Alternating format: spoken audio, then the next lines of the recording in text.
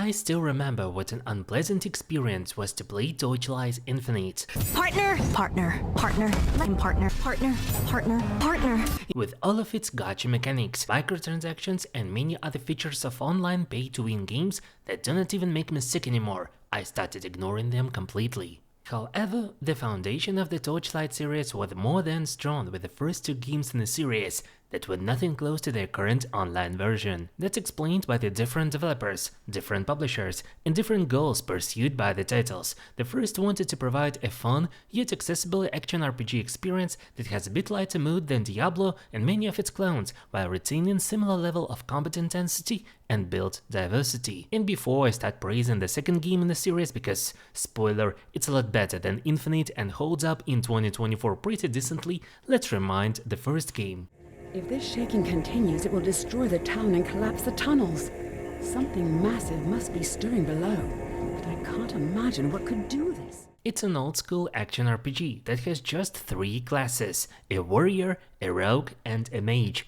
It has the simplest and the most primitive story premises of a local mage going nuts and causing the upcoming apocalypse that we need to stop somehow. And we do that by clearing various maps out of monsters with an array of melee and ranged skills, accompanied by our trusty pet who does not only assist us in inventory management but also fights at our side. And truth be told, despite its quite dated mechanics and a lot of features that make you miss the modern games in this genre, it is a pretty decent time killer, not going to lie. Its Warcraftish style of graphics is pretty charming and does not really look that old. Its equipment system works and provides a lot of space for experimentation and build variety, along with a skill system that you can learn directly from the class tree or from the gathered scrolls. Certainly, the mana and health regen are a bitch. The flasks only increase gradual recovery and not instantly top up HP and MP. The identifying scrolls are still a nuisance, and the repetitive long levels are full of damage spongy monsters.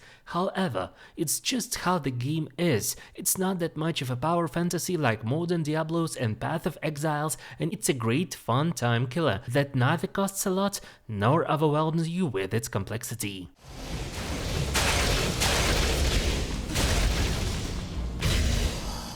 Still, the second Torchlight is a better and bigger sequel that I'd recommend you playing first. It has more classes, more build variety and skill trees, more loot variety and inventory customization. It looks a lot better and mostly reminds me of an isometric version of World of Warcraft. It includes the online capabilities, which allow you to play with your friends both online and in LAN connection, and most importantly, the combat itself is better animated, better sounded and better executed overall.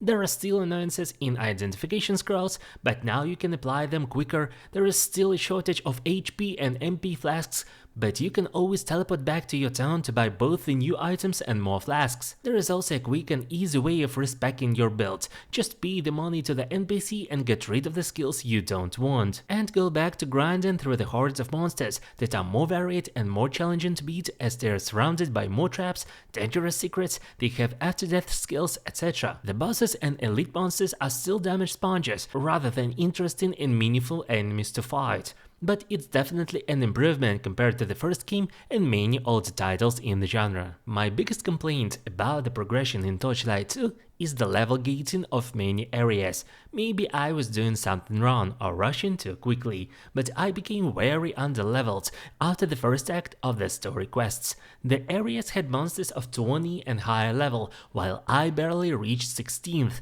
despite doing almost all the side dungeons and clearing the enemies almost completely out of the levels. Maybe that was an intended feature, but with the level difference, the damage outcome and income were drastically different. In other words, I hit them too weakly and the enemies hit me too strongly. To be honest, this didn't make the game a lot harder, but the fight started looking like 1 vs 1 standoffs where I chipped away from the enemy's HP bar to progress to another enemy. And the same level difference affected loot. Despite me being capable of defeating even the high level monsters, the loot dropped from them was mostly unusable because of level requirements, so I wanted to return back to the previous levels to catch up on leveling and grind chance to get high hitting skills and have more stats just to realize that the earlier maps remained empty even after reloading them, which makes me think, how am I supposed to reach higher levels, or do I need to be underleveled?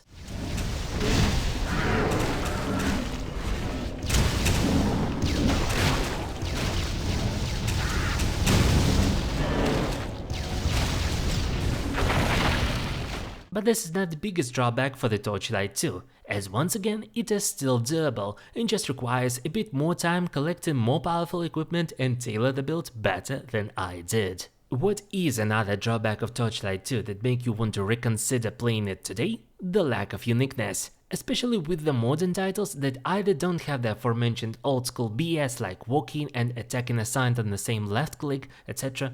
The competent skills are familiar, at least for the mage class that I've picked, the loot items are familiar and remind me of many other action games starting from WoW to Dragon Sun Online, the pet mechanics remind me of the incredible adventures of Van Helsing, but even that game had the build opportunities for it. But maybe it was me, just picking the cliché mage, as there are other classes that definitely would be different from the traditional 3 of the first game. Regardless, even these points of criticism that I have for what appears to be a 12-year-old game by now calls for a decent follow-up and reconstruction of the concept of Torchlight. The core foundation of responsive, well-animated and properly executed combat and loot grinding is already there, and it needs a better graphical package, better story than a series of quests telling you to keep grinding another level, and something that sets it apart from the competition. And no, it shouldn't be pay-to-win component.